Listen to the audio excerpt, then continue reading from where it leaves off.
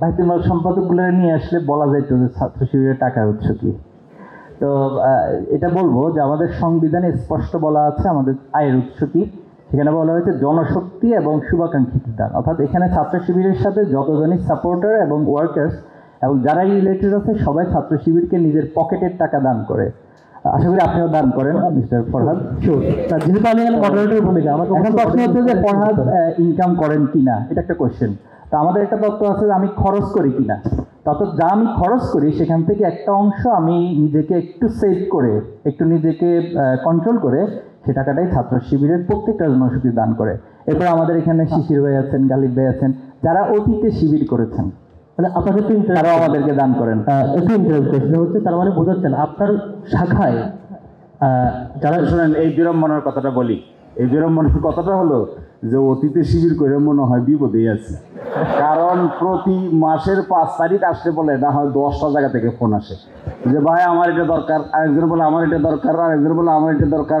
অবশেষে বোঝা কঠিন যে আসলে আমার দরকার আগে মিটাবো না তার দরকার আগে মিটাবো। যে শিশির ভাই যেটা বলছেন, উনি যখন রানিং ছিল উনিও ঠিক সেম কাজটাই করতেন।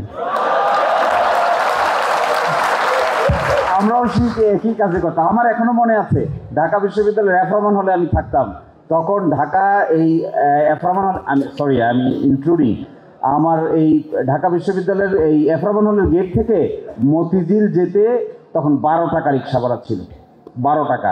আমি যেতাম হলো জনতা ব্যাংক টাওয়ারে। জনতা ব্যাংক টাওয়ারে আমাদের 5 জন সুদী ছিল, আমি নিজেও একজন এফরমান হলের বাইতুল মাল সম্পাদক ছিলাম। তো যখন যেতাম, এরপরে আমাকে বলা হলো আপনি 12 টাকা খরচ করে রিক্সা ভাড়া দিয়ে বাইতুল মাল আনতে যান, আবার 12 টাকা দিয়ে আসেন, 24 টাকা তো খরচ, বাইতুল মাল পান কত?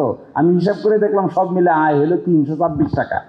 তো আমাকে বলা হলো আর রিক্সায় যাওয়া যাবে না, এখন বাসে অথবা টেম্পোতে যাইতে হবে। তারপরে আমি নীলক্ষেত থেকে সেই লক্কর বাসে উঠে গিয়ে নামতাম এবং সারাদিন ঘুরে ফিরে 326 টাকা। কোনোদিন আমার মনে আছে একজন সুদী ছিলেন যিনি একাই 100 টাকা দিতেন। ওরে বাবা, 100 টাকা! তখনকার দিনে 100 টাকা মানে বিরাট ব্যাপার। এইটা নিয়ে কষ্ট করে আসতাম, আবার শিবিরকে বুঝিয়ে দিতাম। আপনি এখন কয় টাকা দেন? এখন আমি এই কয় টাকা দেই, তখনকার দিনের 100 টাকার যে ভ্যালু ছিল 20 বছর আগে, তার রূপান্তর করে যা হবে তার চেয়ে বেশি দিই।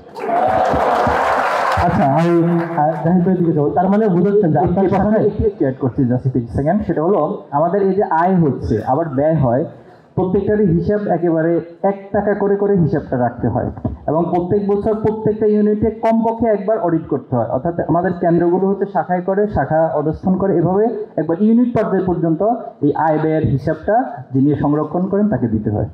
আমি তার মানে হচ্ছে আপনার সাপোজ আপনি একটা বিশ্ববিদ্যালয়ের বা একটা হলের দায়িত্বে আছেন, তার মানে এটা প্রুভ করে যে আপনি আপনার আগের যত শিবির করতে সবাই এরকম ডিস্টার্ব করে ফোন দিয়ে না, এটা তো ডিস্টার্ব না, এটা ভালোবাসা।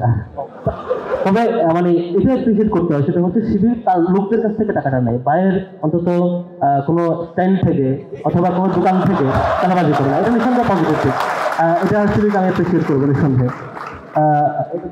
অডিট সিস্টেমটা কি ঠিকঠাক যেভাবে বলছেন সিরিয়াসলি মেনটেনেন্স করা, এটা কি রেগুলার হয় নাকি? আমাদের মানবীয় যোগ্যতা যতটুকু ক্যাপাসিটি আছে সর্বোচ্চটুকু দিয়ে অডিটটা করা হয় এবং অডিট রিপোর্ট মেনটেন করা হয়? অডিট রিপোর্ট নিশ্চয়ই, অসংখ্য ধন্যবাদ।